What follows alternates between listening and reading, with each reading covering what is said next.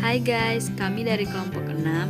Anggota kelompok Joshua Gabriel Galamba, Marisa Pratiwi, Rizkina Maharani, Natalin Vira, Natalia, dan Sasmita. Kami akan membahas pengendalian integritas pemrosesan dan ketersediaan. Apa sih integritas pemrosesan itu? Prinsip pemrosesan dari Trust Service Framework menyatakan bahwa sebuah sistem yang dapat diandalkan adalah sistem yang menghasilkan informasi akurat, lengkap, tepat waktu, dan valid. Selanjutnya yaitu pengendalian input. Bentuk desain pembatalan dan penyimpanan dokumen sumber dan pengendalian entry data otomatis diperlukan untuk memverifikasi validitas data input. Dua bentuk utama desain pengendalian. Yang pertama, semua dokumen sumber harus secara berurutan sebelum diberi nomor.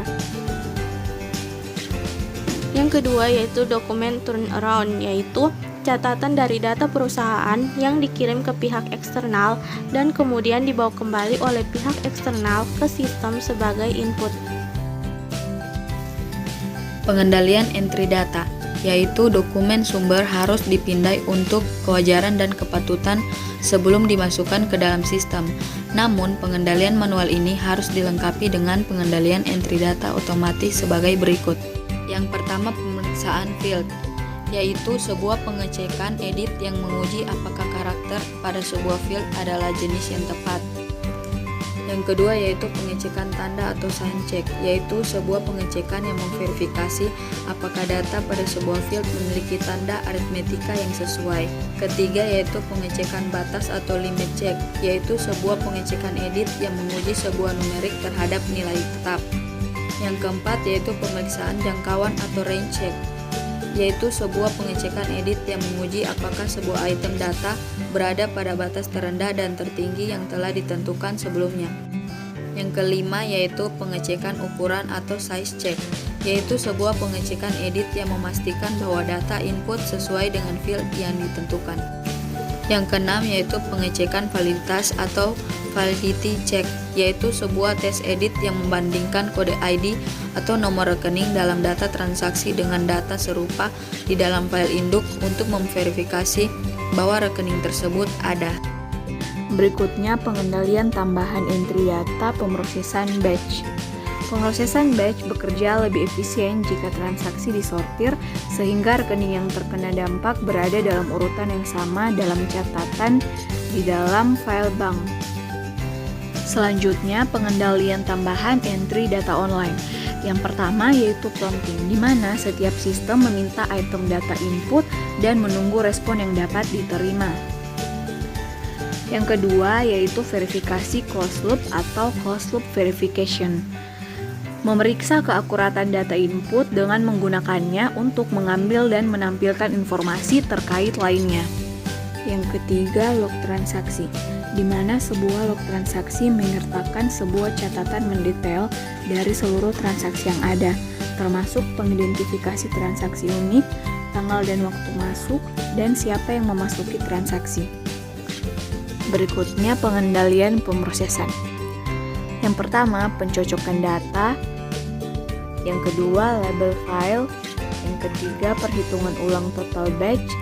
Yang keempat, pengujian saldo cross-voting dan saldo nol. Yang kelima, mekanisme write protection. Yang keenam, pengendalian pembaruan secara bersamaan.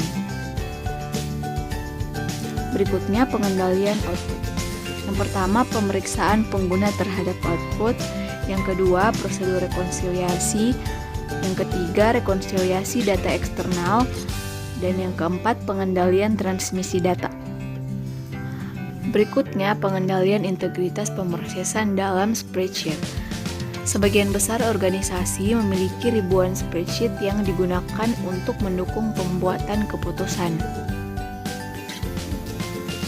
Selanjutnya, ketersediaan.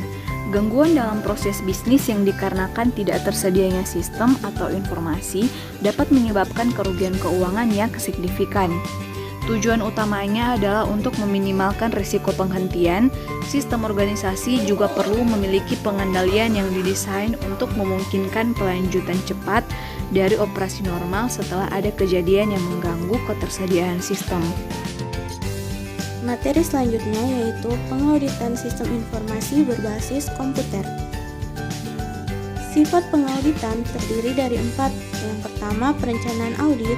Yang kedua, pengumpulan bukti. Yang ketiga, evaluasi atas bukti audit. Dan yang keempat yaitu komunikasi hasil audit. Selanjutnya yaitu audit sistem informasi. Tujuan dari sebuah audit sistem informasi adalah untuk memastikan dan mengevaluasi pengendalian internal yang melindungi sistem. Ada 6 tujuan audit sistem informasi. Yang pertama, ketentuan keamanan untuk melindungi peralatan komputer, program, komunikasi, dan data-data dari akses, modifikasi, atau penghancuran yang tidak diotorisasi. Yang kedua yaitu pengembangan dan akuisisi program dilakukan sesuai dengan otorisasi umum dan spesifikasi manajemen. Yang ketiga, modifikasi program mendapatkan otorisasi dan persetujuan manajemen. Yang keempat, pemrosesan transaksi, file, laporan, catatan, dan catatan komputer lainnya tepat dan lengkap. Yang kelima, data sumber yang tidak diotorisasi dengan benar diidentifikasi dan ditangani berdasarkan kebijakan manajerial yang telah ditentukan. Yang terakhir, file-file data komputer tepat, lengkap, dan rahasia. Selanjutnya, perangkat lunak audit. Audit ini dilakukan menggunakan komputer dan software untuk mengotomatisasi prosedur pelaksanaan audit. Computer Assisted Audit Techniques mengacu pada perangkat lunak audit, sering disebut sebagai Generalized Audit Software yang menggunakan spesifikasi yang disediakan audit untuk menghasilkan sebuah program yang menjalankan fungsi audit, sehingga akan mengotomatiskan atau menyederhanakan prosedur audit. Yang terakhir, audit operasional sistem informasi akuntansi.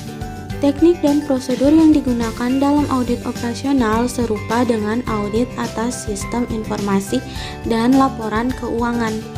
Perbedaan dasarnya adalah lingkup audit. Sebuah audit sistem informasi ditujukan pada pengendalian internal dan audit keuangan atas output sistem, sedangkan audit operasional meliputi seluruh aspek atas manajemen sistem.